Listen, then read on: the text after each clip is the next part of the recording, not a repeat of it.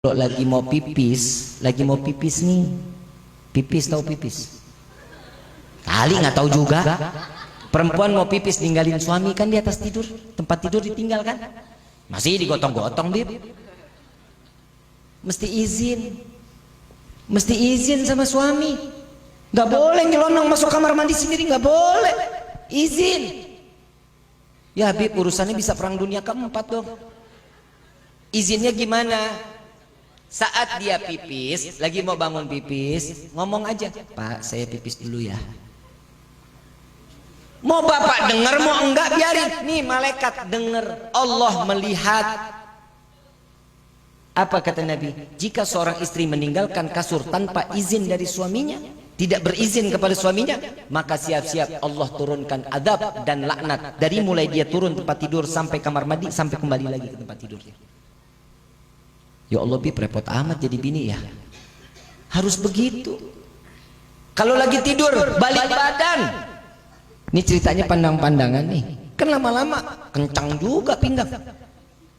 Saya mau berbalik dulu. Izin, Pak, saya madep kanan atau saya madep kiri dulu ya. Izin. Nggak boleh, hati-hati. Hati-hati. Dari hal yang kecil ini akan menjadi tumpukan dosa buat kita di yaumil kiamah. Kenapa si Bib sama suami harus begitu banget? Tahu nggak hadis Nabi? Seandainya saja diperbolehkan seorang hamba untuk sujud kepada hamba yang lain, maka kewajibkan seorang istri untuk sujud kepada suaminya. Begitu derajat tinggi seorang suami. Ibu nggak ada hak meminta sesuatu yang sekiranya urusannya syariat ya, urusan syariat. Pak, sholat Pak, dosa besar seorang istri menyuruh suami sholat. Gak boleh, ingetin ya. Yang bentar lagi duhurnya habis loh. Ingetin. Nyuruh sholat Pak, nggak boleh. Dosa loh. Kenapa? Karena kewajiban seorang suami ngingetin kepada istri. Kalau istri cuma sekedar ingetin. Yang bulan udah mau tenggelam tuh. Sholat asarnya udah mau habis. Ingetin. Itu namanya ngingetin. Merintahin nggak boleh. Apalagi sambil megang handphone. Yang ambilin air dong. Yih, toyor palanya. Tahu toyor? Kelepak. Nggak boleh ya. Nggak boleh. Baik-baik sama suami, baik-baik. Kalau ini sudah terjadi, pasti surga tempatnya. Amin ya Rabbal.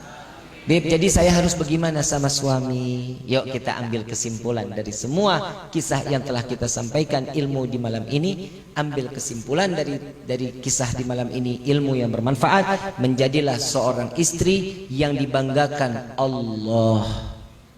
Amin ya Rabbal. Ibu taat sama suami yang bangga Allah. Senang. Nabi juga bangga ngelihat umatnya dalam keadaan taat. Semua kan ada pertanggungjawaban di hadapan Allah. Emang kita hidup cuma di dunia. Dunia ini fana, fata morgana, dilihat enak, digapai hayo, kapan aja iya. Ingat, apalagi kalau rezeki dikasih terus bertubi-tubi dari Allah. Terus dikasih rezeki, tapi kita nggak beribadah kepada Allah. Jangan bangga kita. Mungkin kita salah satu yang imannya telah ditarik oleh Allah. Nauzubillah min dzalik. Beb, saya nggak ibadah, tapi rezeki saya makmur-makmur aja. Hati-hati nih, hati-hati. Bukan kita yang nggak mau ibadah, tapi Allah yang tidak mengizinkan kita untuk sujud kepadanya.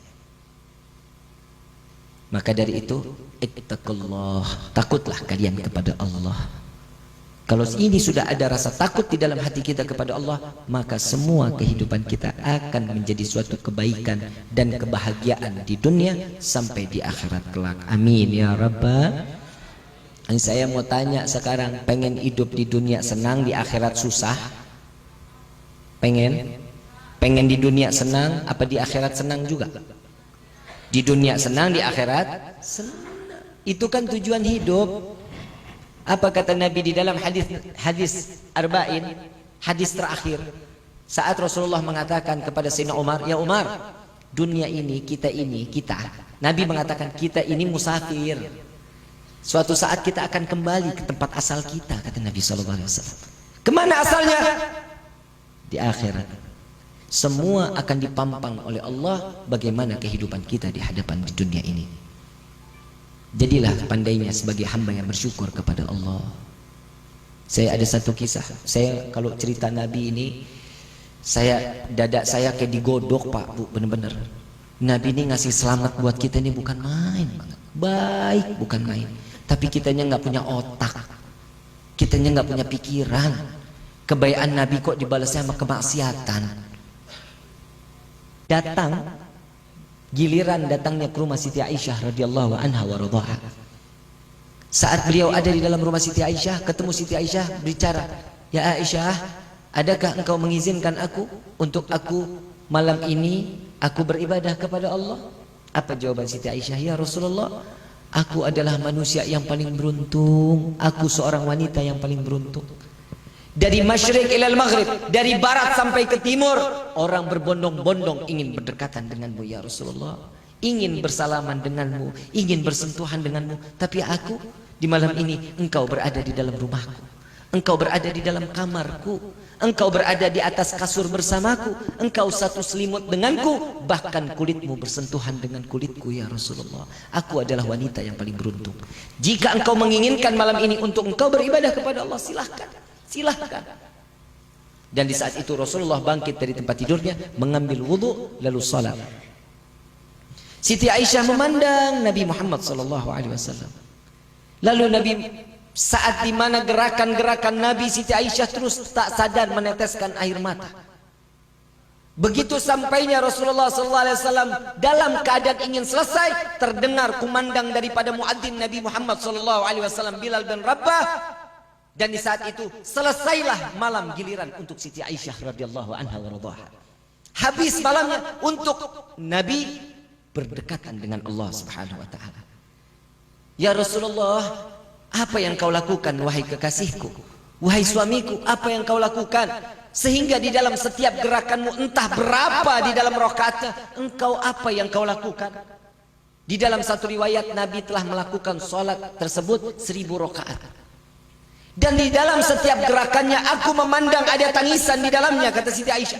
Dari mulai takbiratul ihram ada tangisan di dalamnya, mulai rukuknya ada tangisan di dalamnya, saat i'tidal ada tangisan di dalamnya, saat dalam keadaan sujud ada tangisan di dalamnya, sampai salam pun ada tangisan di dalamnya. Apa yang membuatmu selalu menangis ya Rasulullah? Apa jawaban Sayyidina Muhammad SAW? "Ya Aisyah, tidakkah boleh aku menjadi hamba yang bersyukur kepada Allah?" Nabi menangis bersyukur kepada Allah. Kita tahu betul Nabi Muhammad adalah pemegang kunci surganya Allah. Kita tahu betul Allah akan memberikan tempat yang tinggi di hadapannya, nama yang bersandingan dengan nama Allah.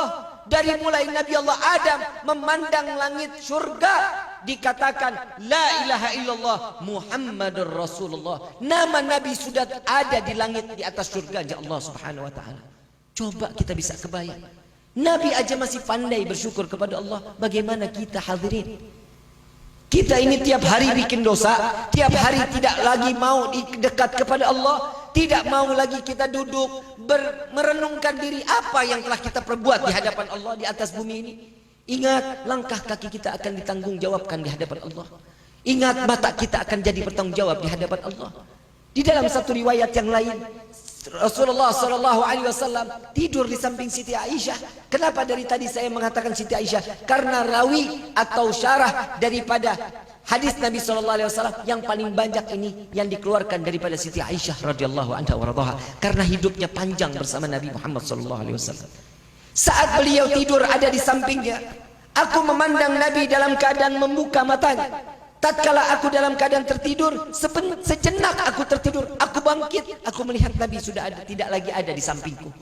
Aku cari di mana Rasul sallallahu alaihi wasallam, ternyata Nabi sallallahu alaihi wasallam ada di dalam Masjid Nabawi. Sedang apa Rasulullah? Saat itu dicari, ditunggu, dilihat. Berapa kali, entah berapa kali, sampai ditanya, "Ya Rasulullah, apa yang kau lakukan? Kapan engkau istirahat ya Rasulullah? Kapan engkau tertidur?" Apa jawaban Sayyidina Muhammad SAW? "Ya Aisyah, jika aku tertidur, bagaimana nasib umatku di yaumil qiyamah? Bagaimana nasib umatku di yaumil qiyamah?" Jika aku tertidur